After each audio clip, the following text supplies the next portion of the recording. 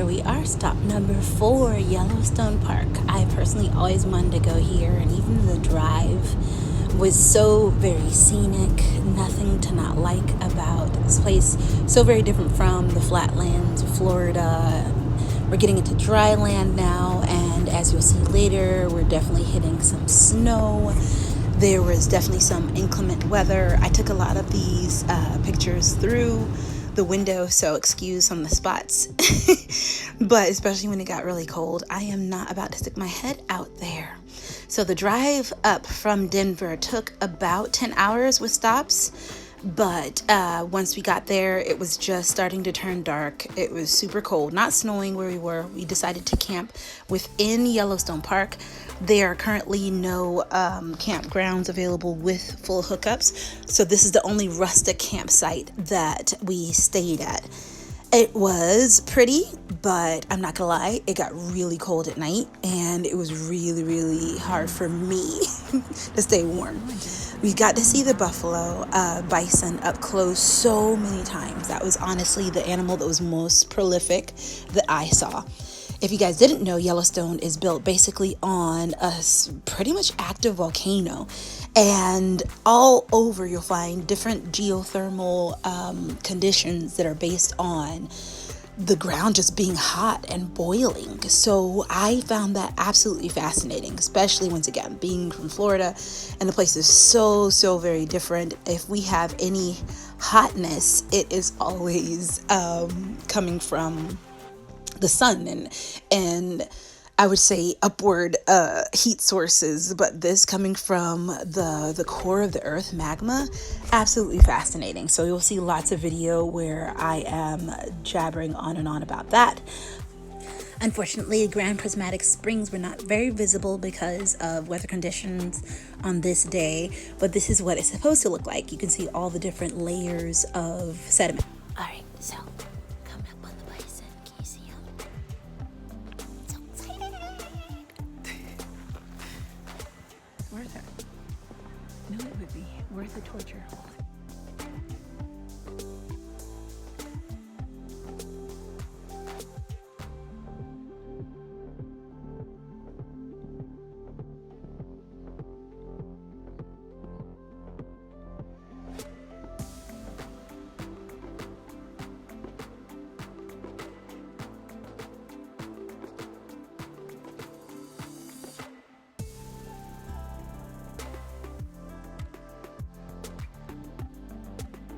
Is it just me, or are bison absolutely hypnotizing? Because they're just so huge and yet graceful and majestic, and I just thought they were so cool, and I'm so glad there were so many of them to be seen in the park. And people were told, of course, to stay a safe distance, and trust me, even if it looks like I'm close in any of these videos, I am zooming in from many safe feet away. I just find them fascinating. They're beautiful.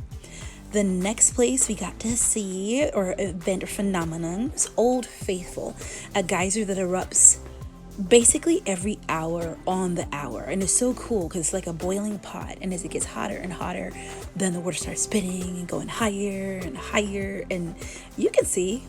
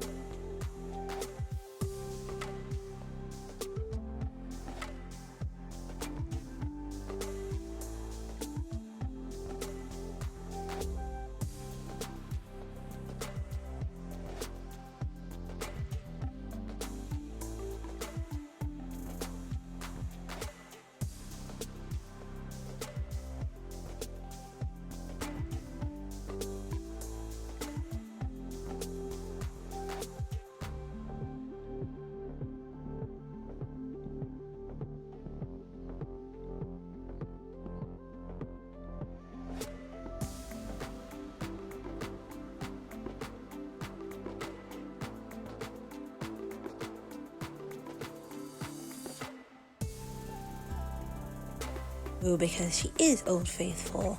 The eruptions can be predicted, and you can find out on the website or in the manuals that you pick up when you get there.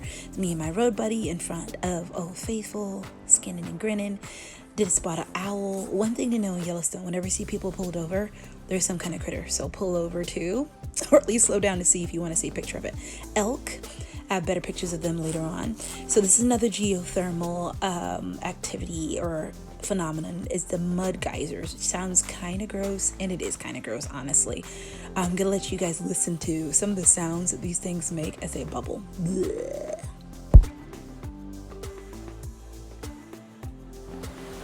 Oh, good gracious. Do not go in there.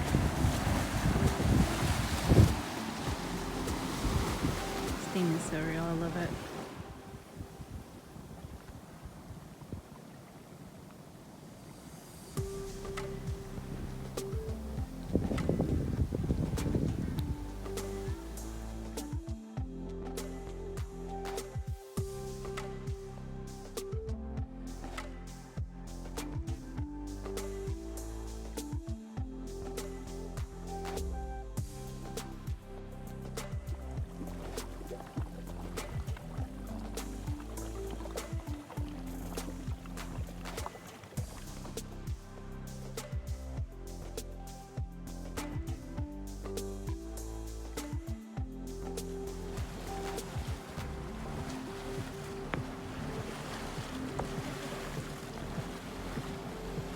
Volcano action here.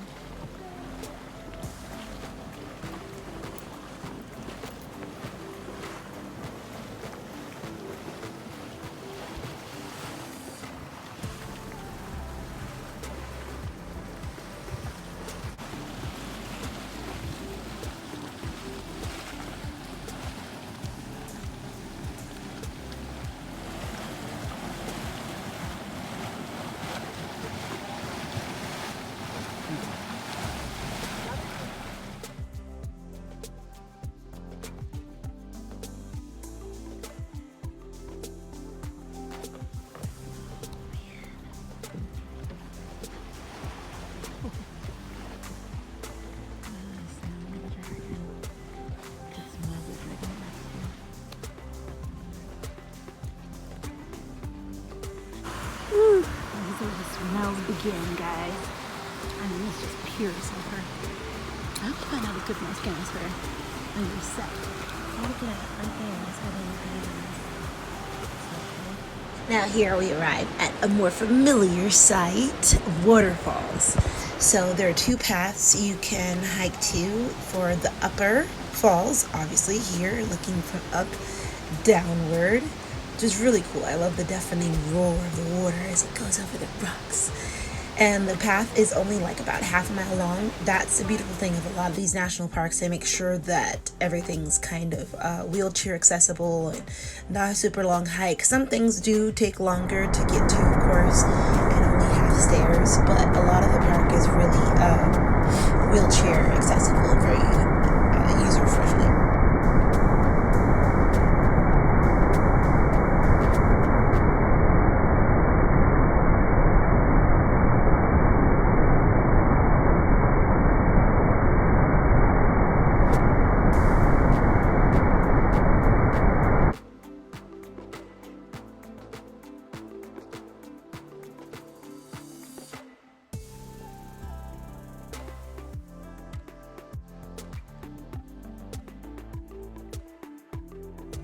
Bison run this place and they know it.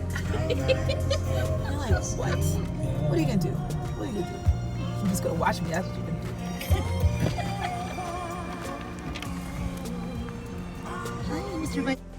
So because it was a rustic park, we only had one full day to look around in it after setting up at night, and it was a beautiful day. We rocked it right till the very end, about sunset time. You see the last geothermal pools we got to, and then we ran into a family of elk. They look like deer to me. I mean, they're the deer family. Okay, I'm gonna have to look that up to say that for sure. Anyway, an elk family. It was so adorable. We saw the females on the left side of the road, and then two of the stags or the guy elk were coming up on the other side. But beautiful park. A little user friendly tip for national parks: if you're going to be hitting more than one, they do have a national park pass that allows you to access, of course, all the national parks for the entire year for $80, which is really a good find, because just one entrance to most of these parks is about $35 or $40. So make sure you get one of those, and I hope you enjoyed this tour and get to go on your own very soon. I'll see you guys at the next stop.